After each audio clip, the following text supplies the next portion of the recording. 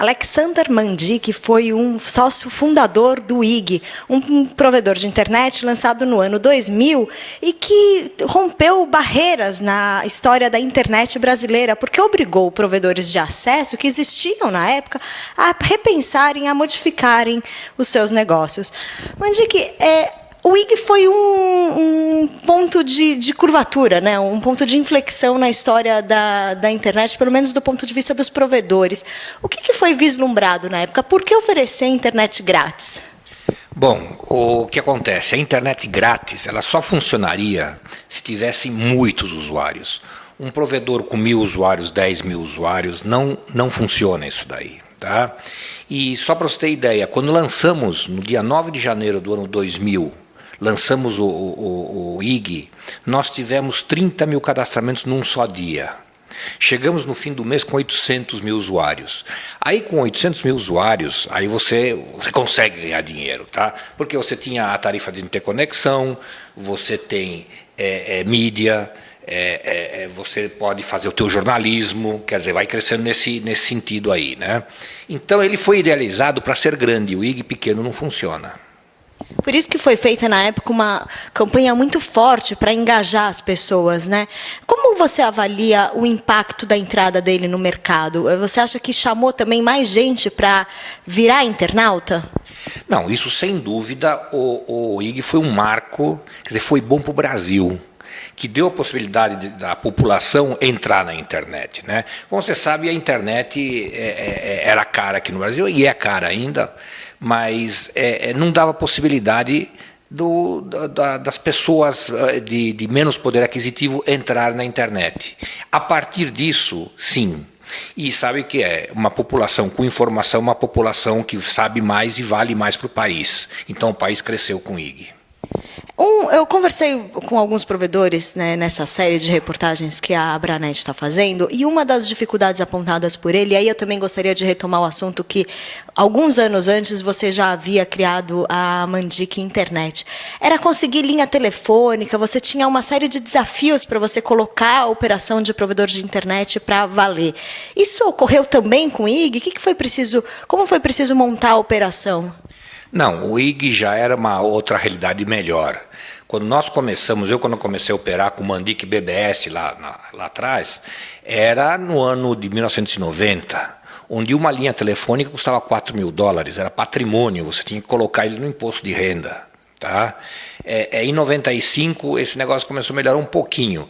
Já após o ministro Mota, que a coisa começou a melhorar, quer dizer, as linhas caíram de 4.000, caíram para R$300, depois caíram para R$50, depois te ofereciam linha, né? Certo? Então a realidade ficou melhor, né? Então quando privatizou e fez tudo isso daí, o IG sofreu um pouco, mas não tanto, porque já existia, quer dizer, já existia o crescimento, já tinham nacionalizado não. Já deixou de ser estatal. Foi depois de 98, quando a gente teve a privatização do sistema Telebrás. Quer dizer, privatizou, entrou a Telefônica, entrou a Telemar, entrou a Oi, coisas assim, quer dizer, aí a coisa começou a melhorar. Aí a coisa, quer dizer, temos que gerar demanda, temos que gerar dinheiro. Mas ainda era discada, né? Eu não estou me lembrando. Não, o IG era acesso discado, não existia acesso banda larga naquele tempo. Quer dizer, no ano 2000 no Brasil não tinha acesso banda larga. Me conta um pouco da criação lá da Mandic BBS, depois da Mandic Internet. O que você, na época, você olhou, que modelo de negócio, você achou que ali ia ter um nicho? Na verdade, o Mandic BBS, ele nasceu sem querer. Aliás, quase todas as coisas que eu fiz nasceram sem querer, né, por uma necessidade minha. No caso, era uma necessidade minha, mas era uma necessidade para a empresa que eu trabalhava. Eu, quando vi esse negócio de dois modems se comunicando, conectando dois computadores, eu fiquei maravilhado. Quer dizer, eu falei, pô, meu computador deixou de ser uma ilha. Tá? E daí eu cheguei para o meu chefe e falei, olha, nós somos todos pessoal de campo que está viajando por aí, tá? E de vez em quando, para fazer uma correção, um programa, a pessoa não tinha que pegar um avião, se deslocar até aqui em São Paulo, corrigir e voltar. Se a gente fizesse esse negócio chamado BBS, nós poderíamos, do próprio campo, consertar parte desses problemas aí. Tá? Isso foi levado à diretoria aprovou, falou assim, Mandig, temos um pequeno problema aqui. Nós não temos o computador, não temos a mesa, não temos o telefone e nem temos dinheiro para fazer isso, mas a tua ideia é maravilhosa. E daí que eu vi que aqui jaz uma ideia. Né? E o que eu resolvi? Eu, como tinha a mesa, o computador e sabia o que fazer, tá? Eu resolvi fazer isso sozinho dentro da minha casa. E passaram-se assim 4 meses, ninguém da Siemens usou, porque aquilo era moderno demais, conectar 2 computadores, né? E eu abri para o público. E para o público essa coisinha começou a crescer. Eu me lembro que a gente tinha assim, a média era um usuário novo por dia. Era público, usuário final ou corporativo? Não, eu abri para o usuário final, mas claro, pessoal mais técnico, né? Certo? Mas olha só, eu tinha um usuário novo por dia. Né? Só como para comparação, esse app, o Mandic Magic, que eu estou fazendo agora, ele tem, sem divulgação, 40 mil novos usuários por dia. Né? Quer dizer, esse é o tamanho da internet que mudou. Né? Certo? E, claro, lá tem todos os grandes problemas conhecidos, equipamentos que não existiam, linhas telefônicas que eram caríssimas, pessoal técnico que ninguém tinha ideia. Quer dizer, a gente foi derrubando aí um monte de obstáculos para manter aquilo no ar. Né? E como a coisa foi evoluindo até os dias de hoje, a coisa foi só melhorando. Hoje, por que eu tenho 40 mil novos por dia? Porque existem usuários. Lá tinha um novo por dia porque não existia usuário. Simplesmente essa era a relação. E naquela época, a gente está falando aí no começo dos anos 90, né? Você imaginou que a internet fosse ter o alcance que ela tem hoje? Não, a internet pegou todo mundo desprevenido. Vamos falar assim, pegou Bill Gates desprevenido, pegou a Embratel desprevenida, pegou a IBM desprevenida, quer dizer, é um mundo que veio totalmente, ninguém pensava naquilo lá. Né? Certo? Você vê, o Bloomberg falou que a internet não ia dar certo. Né? Certo? Hoje, praticamente, daqui a pouco, nós estamos nascendo com IP já. Tá? Então, ninguém imaginava o boom que ia dar. Eu, quando chegou a internet, eu me lembro, dia 25 de agosto de 1995, a Embratel liberou o acesso comercial à rede. Né? Certo? E eu, claro, eu tinha 10 mil usuários no BBS, imagina, em 5 anos eu tinha juntado 10 mil usuários. Tá? Hoje eu demoro 6 horas para juntar 10 mil usuários. E quando eu abri o acesso à internet pelo BBS, 4 meses depois eu tinha 40 mil usuários. Então você vê, o que eu fiz em 5 anos, em 4 meses eu quadrupliquei. Né? Certo? Daí, claro que eu precisava de dinheiro para ampliar isso daí, e não adiantava aumentar por 4, tinha que aumentar por 40, mas esse que foi meu erro, eu tinha que aumentar por 400 mil. Naquela época. Quer dizer, eu falei, se eu crescer 10 vezes, de uma vez, para mim está ótimo. O 10 vezes, esse que foi o erro, não era nada. Né? Certo? Então tinha que crescer o máximo possível. Né? Então, para você ver, o negócio pegou. Tá? Hoje você não faz nada. Hoje, outro dia, eu perdi meu telefone celular, né? Certo? E eu estava na Alemanha. E sabe que eu não sabia o voo que eu ia voltar? Está tudo aqui. Né? Claro que eu achei, mas é uma coisa que você não se preocupa, o número do voo, que hora que ele sai. Você tem alarmes na tua agenda e tudo mais, tá? O número do e-ticket, coisa assim. Eu sabia como eu me chamava. Tá? Só isso. E naquela época, quais foram os principais desafios? A gente foi mencionado aqui agora há pouco a parte da linha telefônica, que era muito caro, o próprio pulso era caro, mas além disso, quais eram os outros desafios? Eu acho que quando a coisa começou a dar certo, os outros desafios eram ocupar os espaços. Aí começou a guerra mesmo, porque enquanto eu lá em 1990 estava sozinho, não tinha problema nenhum. Quando começaram a entrar os grandes da internet, falar, esse terreno aqui é meu, esse daqui, aí começou a briga.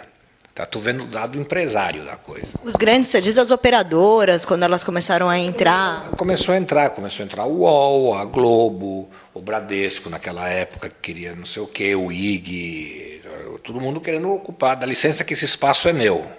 Tá? E eu acho que naquele tempo, essa briga que tinha era chamada de box. Tá? Por que essa competição? Né? Porque você já viu numa luta de boxe, o cara que ganhou a luta do jeito que ele sai do ringue, ele sai todo quebrado. Né? Certo? Depois, eu digo hoje, nos tempos de hoje, eu acho que esse mesmo jogo se chama Fórmula 1. Porque para você chegar no fim da corrida, você não pode tocar no teu adversário, quem sabe estão os dois fora. Então ficou mais saudável essa concorrência. No começo era o descobrimento da América, entende? Veio aqui, esse terreno é meu e tal, e vem índio e vai flecha, e eu não sabia que tinha índio e coisa assim. Né? Hoje já está tudo estruturado, a gente já sabe, ó, meu concorrente é esse, ele está lá, ele faz isso, tá? Eu estou aqui e tal, não sei o quê. Né? Esse começo difícil foi se estabilizar aí, né? Mas você acha que é mais difícil, do ponto de vista do empresário, operar, ter operado naquela época, né, ter montado um negócio naquela época ou hoje? Não, claro que naquela época era mais difícil, porque tinha carência, como eu mencionei aqui, mão de obra, infraestrutura, carência de usuário. Né? A gente sabia que ia dar certo, mas a gente não sabia o comportamento do usuário. Né? Certo? Então essas eram as dificuldades. Né? A gente já andava mais em zigue-zague, hoje a gente anda em linha reta. Eu falei, eu sei o que eu quero fazer, isso daqui pode dar certo, não pode dar certo, mas é isso que eu quero fazer. Você mencionou a carência de usuário. A gente, conversando com alguns provedores, foi mencionado que primeiro veio o acesso à internet, e só que as pessoas acessavam e às vezes não sabiam o que fazer na internet, talvez faltasse um pouco de conteúdo na internet. Como você avalia essa época? É claro, quando eu me lembro quando eu vi a primeira página da internet, eu vi a página da NASA. Não existia página aqui no Brasil. Era o início da internet, dia D1, né? Certo? É claro, existia sim, a USP tinha uma página, porque isso daí tudo rodava em ambiente acadêmico e tudo mais, né? Mas não existia. O Internet Banking foi aparecer bem depois, né? Certo? E, claro, com todas as suas consequências de erros que fizeram, de segurança e tudo mais. Era uma rede, né? Certo? Então, isso sim, mas não havia conteúdo, não havia usuários. Hoje tem conteúdo, tem usuários. Hoje você não compra uma passagem de avião, vai num escritório de viagem e compra. Não, você vai na internet e compra. Tá? E a internet não é teu desktop, a internet é isso daqui hoje. Né? Então, tudo melhorou. Você já não recebe o extrato, a conta da luz já hoje vem por e-mail. É tudo assim, quer dizer, ficou um ambiente mais limpo. Protege mais a natureza. Todo mundo fala, não jogue papel, não sei o quê. Já não existe papel. Né? E as próximas gerações ainda, isso vai ficar ainda mais difícil, né, para eles conviverem com papel. Por exemplo, você vê como a nova geração pensa. Né? Nós temos assim, o nosso e-mail, vamos falar que eu uso bastante, tudo pastas, esse cliente é esse cliente, isso daqui é aqui, isso daqui é antiga, isso daqui são deletadas, tal. Se você pega da geração que está aí, que está chegando, é tudo um saco só. O que diferencia? O mecanismo de busca. Porque o meu mecanismo de busca é antigo, ele está estruturado em pastas na minha cabeça. Então, se eu vou ver Eletropaulo, Embratel, não sei o quê, eu vou naquela pasta chamada isso, o nome. E eles não, eles jogam tudo num negócio e que se vire o mecanismo de busca de achar. E a coisa funciona bem, porque ele acha isso e abre depois, quem mais falou disso, e não sei o quê. Quer dizer, podia ter informação em outras pastas que você teria perdido. O mecanismo de busca não perde. Falando um pouco desses 20 anos da internet comercial no Brasil, o que você pontua, quais foram os principais marcos que mudaram uma chavinha? Olha, o principal marco, claro, foi a inauguração. Tá? Mas o IG foi um marco assim que até hoje ninguém esquece do cachorrinho do IG, né? Certo? Depois a banda larga, por que você não ia longe com a internet? Porque não dava, era tudo devagarzinho, não sei o que tal. Você vê, em 95 a gente falava 9.600 bits por segundo, 14.400. Hoje você tem na tua casa, não é no teu escritório, na tua casa 60 milhões de bits por segundo. Isso é normal ter. Quer dizer, passar de 1.000 ou 10.000 para 60 milhões, tá? Olha o espectro que você abriu, né? Certo? Então, eu vejo por aí. Agora, uma coisa, o Brasil abraçou isso daí, porque nós temos serviços muito bons de internet, tá? De alguma maneira, o Brasil ele tem um cunho técnico, gostou, você vê, a automação bancária saiu muito boa no Brasil, eleições digitais, né? O imposto de renda, tudo. Claro que depois tudo o resto do mundo também tem isso daí, mas nós de qualquer maneira fomos os pioneiros aí. E qual foi o papel dos provedores de acesso para disseminar a internet no Brasil? Não, o provedor de acesso, eu me lembro, olha, a gente chamava isso de ponte aérea. Era uma carta pré-1990, para você mandar ela para a Europa, ela demorava 15 dias entre ir e voltar se o cara respondesse rápido, certo? Hoje é um enter, né? Nós montamos um sistema de troca de e-mails entre São Paulo e Rio, onde que a gente fazia? Todo mundo de São Paulo se conectava no provedor, jogava todos os e-mails dentro do provedor, o provedor à noite, depois da meia-noite, que era barata a ligação, ele ligava para o Rio, tá? Jogava todas as mensagens para o Rio e todas do Rio para São Paulo. Entre o mesmo provedor ou Entre dois provedores. Então, era feita aquela troca. Então, cada e-mail que você mandava, ele demorava um dia para ir, um dia para voltar, certo? Tá? A gente chamou esse sistema de ponte aérea, era a famosa ponte aérea, né? Então, nisso, os pequenos provedores colaboravam, quer dizer, a gente montou a rede, a gente desbravou esse mundo, né? Certo? Claro que, como era todo mundo pequeno, assim, não existia nem dinheiro para marketing, mas assim, qualquer coisa que você... Eu me lembro, não sei o que eu coloquei um anuncinho desse tamanhinho no estado de São Paulo para acessar meu BBS, veio um cara do Paraguai acessar aqui. Imagina você colocar um anúncio desse tamanho no estado de São Paulo e o cara lá no Paraguai se interessado, quer dizer, o mundo se interessava, mas não existia, era uma coisa raríssima, né? E aqueles sinais de ocupado frequentes, a linha que caía, a velocidade que não colaborava em nada, né? Certo? Então era o começo, era o descobrimento da América. E também tinha o desafio de você sair, né? Você falou bastante do eixo Rio e São Paulo, mas você tinha que também começar a levar a internet para os outros lugares do país. Na verdade, quando existia a conexão de escada, você era local, você era um local a um DDD, certo? Depois que saiu o link mesmo na internet, tá? Aí sim você expandiu para o Brasil e para o mundo. Ainda tinha o problema do mundo, porque os links de saída eram pequenos, eram demorados, tal, não é como é hoje, né? Certo? Então teve aquela mudança que, de repente, eu estou no mundo todo, né? Olhando para a próxima década da internet, o que você acha que a gente pode esperar? Porque a internet hoje ela está um passo para ser, ela já é, né, ubíqua, né? A gente só não tem a internet ainda como eletricidade, que eu acho que é uma coisa que a gente vai alcançar, mas a internet, como você falou, está no celular, tem em todos os lugares. O que você vislumbra para os próximos 10 anos? Olha, para os próximos 10 anos é muito, porque se eu olhar os 10 anos atrás mudou muita coisa, né? Certo? Mas eu acho o seguinte, os devices estão mudando, quer dizer, desktop está sendo abandonado, smartphone tá no topo, certo? Então, isso você carrega contigo. O jeito de você operar, eu acho que vai ser o grande lance, porque você está muito assim no teclado, aqui, não sei o que, tal, né? Certo? Mais para frente eu vejo que a voz vai entrar mais, vai ser mais preciso. Você vê um mecanismo de busca. você coloca qualquer coisa, eu quero sanduíche, me sai 10 mil coisas de sanduíche, eu coloco no Google.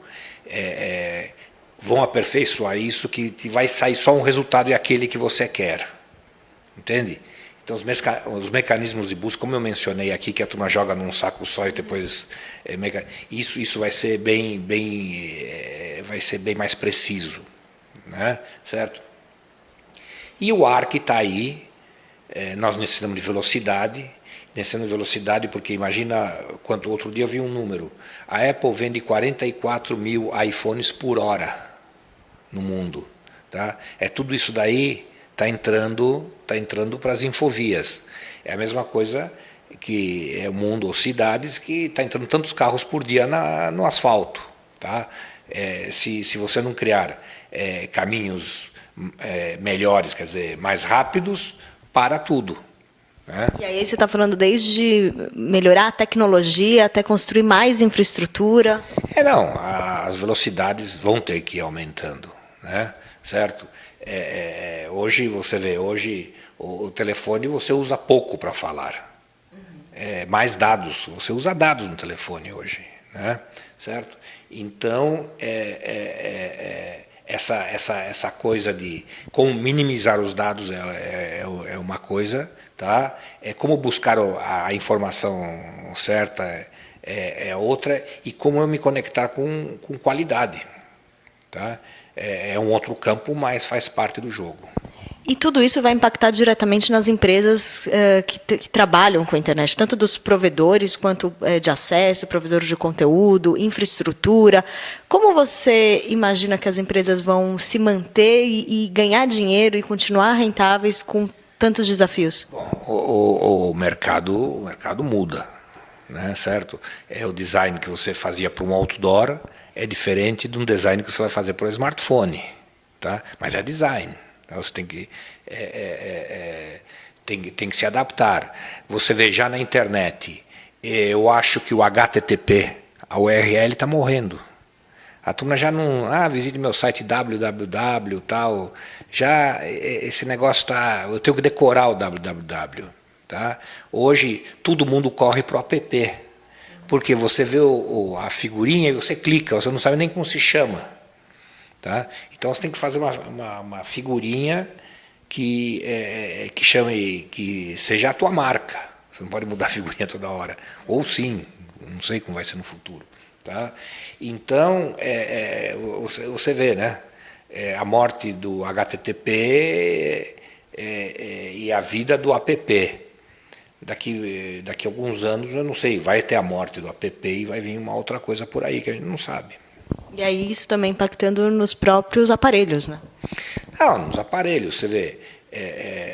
Hoje, falar em empresas, toda empresa precisa ter um app. Então, imagina o mercado que isso gera para as empresas que fazem os apps, né? Certo? E app é complicado fazer, quer dizer, ele tem que obedecer mas você vê na Apple, você não pode fazer qualquer coisa, certo? Tem uma baita de uma segurança nesse negócio, tem que funcionar bem, tá? Certo? Então não é fácil fazer, não. Muito obrigada. Que é isso, obrigado a você. Para acompanhar toda a série de reportagens sobre os 20 anos da internet comercial do Brasil, acompanhe o site e a revista da Abranet.